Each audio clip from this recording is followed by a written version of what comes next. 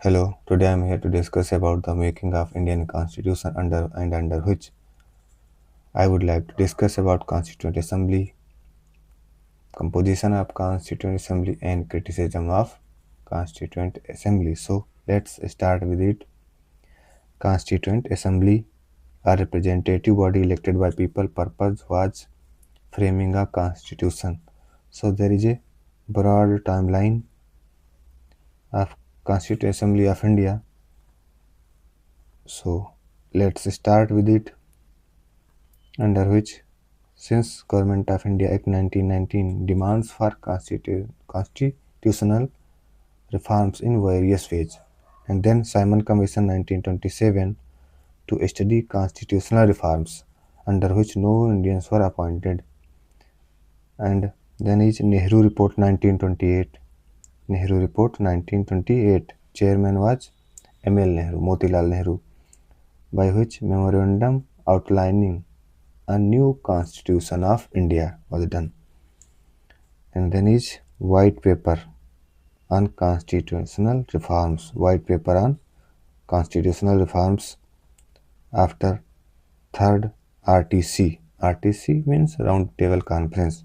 So white paper on constitutional reforms after third round table conference. No provision for constituent assembly. Next is 1934. CWC demand for Constituent Assembly. CWC Congress Working Committee. 1934 CWC demand for CA. First time an explicit demand for Constituent Assembly based on adult suffrage. Government of India Act 1935 tried to satisfy Indian aspirations but failed at this time. Next is Lucknow session of Congress. Lucknow session of Congress 1936,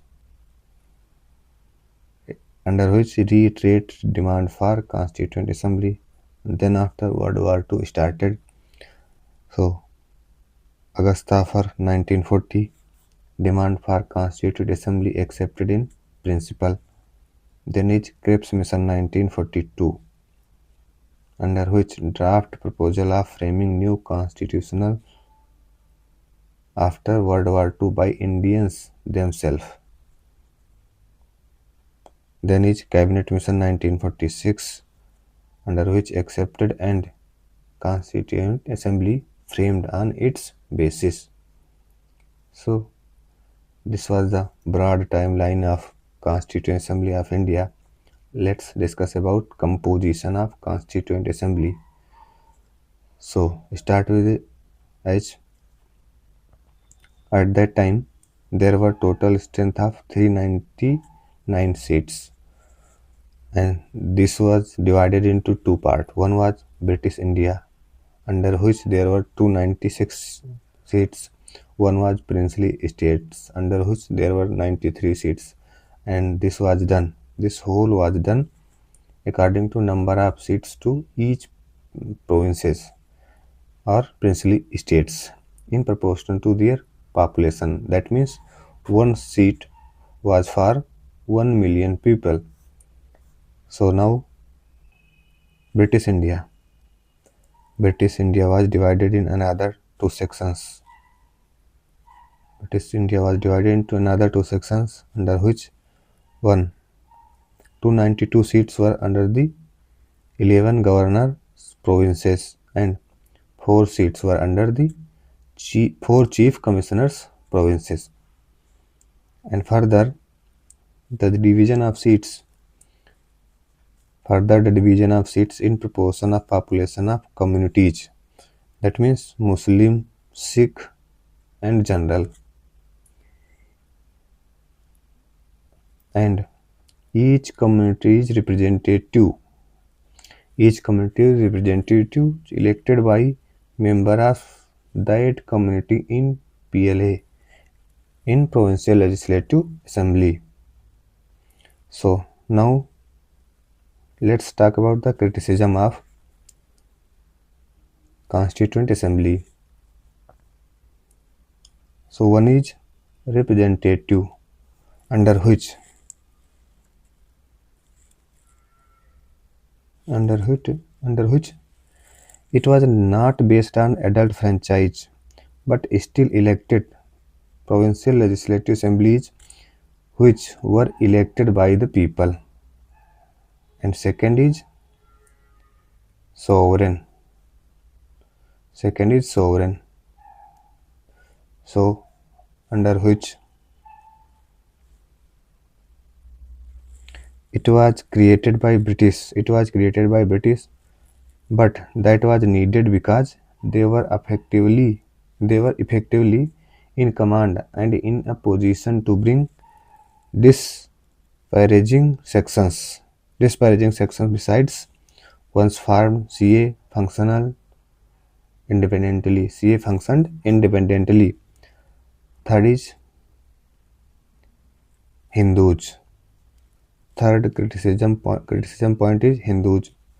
So under third point, every section was every section was given representation, proportionality. Hindus, being in majority, naturally had more representatives. Whenever this fact didn't come in the way of forming a constitution that was secular and took care of every section of populace. So next point, it means fourth is Congress. So under fourth point, Congress led INM. It means Indian National Movements. Congress led Indian national movements from front, and its leaders had secular credentials and were the best bet for making progressive constitution. This reflects in the constitution that was eventually formed. Another point, that means fifth point, is lawyer or politicians.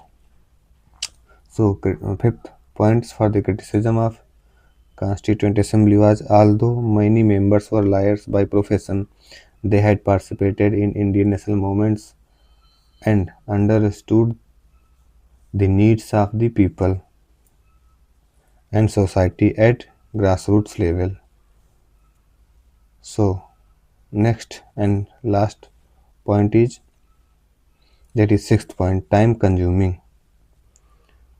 What was the criticism related to time consuming? So sixth point is, as to make sure that constitution took care of interest of vast and multicultural country, it ended up being lengthy. It ended up being lengthy. Consequently, it took some time for making a constituent assembly. So this was the some section which I have discussed with you related to constituent assembly and its criticism, its composition. So in upcoming classes, I would like to discuss about some other topics. So for today, thank you and have a nice day.